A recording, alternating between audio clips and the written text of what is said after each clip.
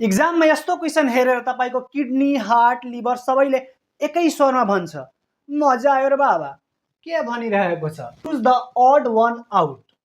एकदम साधारण भाषामा भन्नु पर्दाखेरि के हुन्छ कि चारजनाको समूहमध्ये एकजना समूह नमिल्ने हुन्छ। अनि देशी भाषामा भन्नु पर्दाखेरि यी चारजनाको फ्यामिली हो, तीनजना नायक हुन्छ र एउटा खलनायक हुन्छ। त्यही खलनायकलाई पत्ता लगाउनु पर्ने हुन्छ।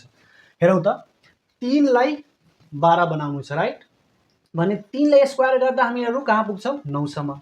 अब 9 लाई 12 बनाउनलाई फेरि 3 जोड्नु पर्छ हामीलाई त 12 भइसक्यो।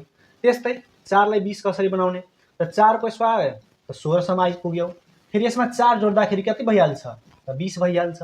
त्यस्तै 6 लाई 42 बनाउनलाई 6 को स्क्वायर 36 फेरि यसमा 6 जोड्दाखेरि कति भइहाल्छ त 42।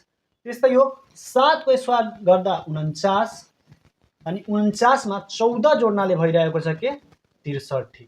केही नोट गर्नुभयो केही नोट गर्नुभयो हो। यसमा यी तीनजनामा के भइरहेको छ यो जुन सुरुको नम्बर छ यसले स्क्वायर गरेर अनि फेरि त्यही नम्बरले जोड्दाखेरि अन्त्यको नम्बर आइरहेको छ ठीक। तर यसमा त्यो भइरहेको छैन।